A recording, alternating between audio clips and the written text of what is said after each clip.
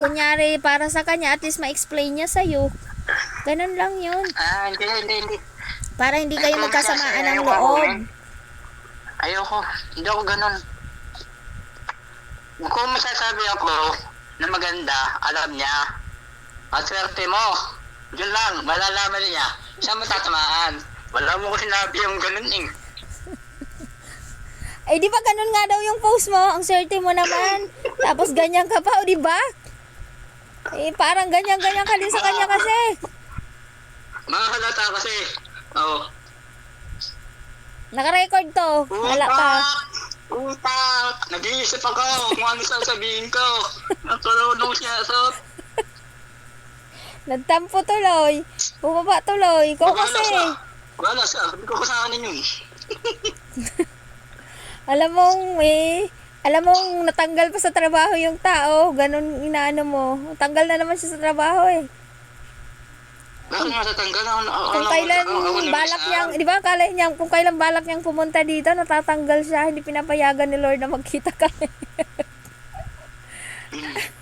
Ako may kasalanan. Patatanggal siya. Hindi naman. Kaya lang inaano nga niya yung post mo na yon. Kasi, Hindi naisipin yun. Hindi mo siya tiyatamaan ko. kaya nga eh, parang feeling niya, di ba magkaibigan kayo? Kaya inaano niya lang yung feelings mo. Kasi kung ano, at least ma-explain niya sa'yo, ganon. Dahil nga sasabi mo hindi para sa kanya, oh. Sabihin mo. Magkaibigan kasi kayo, lahat ng post mo, lalabas sa kanya, sa notification niya. Lalo na, hindi naman siya content creator, wala siyang karisbakan. Ako, yung post mo na yon hindi dumaan sa akin dahil sa dami nang nagko-comment sa mga post ko. Isa kasi, di ba wala? Kaya yung mga post mo dadaan talaga sa newsfeed niya. Sabihin mo, kung may nakita sa akin, ibas na lang ako, ayaw mag-comment. Mga halata kasi. Isa na nga lang ang nag-heart-heart sa mga post mo eh. Mawawalan ka pa ng isang commentator. Dapat pinapahalagahan mo yung mga commentator mo. Salamat. Ako natutuwa sa kanya. Ikaw-comment siya. Wala na ngayon. Di ba sabi niya, hindi na lang niya iintindihin yung mga post mo? Wala nang mag-heart-heart sa post mo. Wala problema. Sa my day mo. Siya na lang. Pagka nag-my day ka tungkol sa akin, siya din yung mag-heart doon eh. Kasi may kikitain ka kasi doon sa mga heart-heart niya kung nakuha mo na yung content monetization mo. Pag wala nang pumansin sa my day mo, siya lang naman nagkaka-interest sa my day mo dahil ako ang my day mo. Wala problema. Kung walang gusto niya eh. Hindi mo sa tiyatamaan, no? Ayun nga, itinatanong niya lang ba? Itinatanong na. Wala naman, hindi naman siya galit. Sabi niya, bakit ganun?